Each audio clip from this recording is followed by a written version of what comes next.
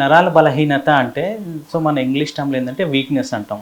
ఎలాగ సిమ్టమ్స్ అయినా రావచ్చు. ఆ వీక్నెస్ ఒక వేలికి రావచ్చు, తర్వాత ఒక హ్యాండ్కి రావచ్చు, ఒక చెయ్యి మొత్తం రావచ్చు, తర్వాత కాలికి రావచ్చు, కొన్నిసార్లు 2 కాళ్ళకు రావచ్చు, సో 2 చేతులకు రావచ్చు.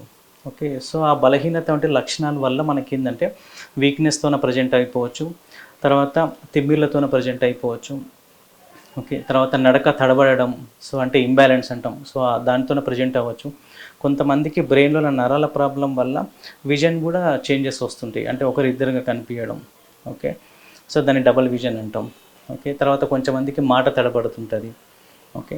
సో ఇలాంటివి. సో నరాల బలహీనత ఎక్కడ వస్తుందో దాన్ని బట్టి మనకు లక్షణాలనేవి ఉంటాయి. సో బ్రెయిన్‌లో వచ్చిందనుకోండి, అది పారాలిసిస్ కింద తీసుకుంటాం, విజన్ చేంజెస్ కింద తీసుకుంటాం, మాట తడబడి దాని కింద తీసుకుంటాం, తర్వాత బ్యాలెన్సింగ్ ఇష్యూస్ తీసుకుంటాం. నరాల బలహీనత చేతిలో వచ్చిందనుకోండి, పట్టు అనేది తక్కువైపోతుంటది. సో నరాల బలహీనత కాళ్ళలో వచ్చిందనుకోండి, ఫస్ట్ తిమ్మిర్ల నుంచి రావచ్చు. తిమ్మిర్లు వచ్చినప్పుడు కాళ్ళలో పట్టు తక్కువైపోతుంటుంది. వాళ్ళు నడుస్తుంటే స్లిప్పర్స్ స్లిప్ అయిపోతుంటుంది. తర్వాత అడుగు కూడా తడబడుతుంటుంది. ఒక కాలు స్టెప్స్ వేసేటప్పుడు అటు ఇటు తడబడి పడిపోయే ఛాన్సెస్ ఉంటుంది. ఓకే. అట్లా సో నరాల బలహీనత కొంతమందికి యూరిన్, కొంతమందికి మోషన్స్ కూడా ఎఫెక్ట్ అవుతుంటుంది. తెలియకుండా యూరిన్ పాస్ చేస్తుంటారు, తెలియకుండా మోషన్ పాస్ చేస్తుంటారు. అట్లా సో నరాల బలహీనత అటువంటి ప్రాబ్లము ఏ భాగం నుంచి వస్తే ఆ భాగం ఉన్నటువంటి సిమ్టమ్స్ అనేవి బయటపడుతుంటాయి.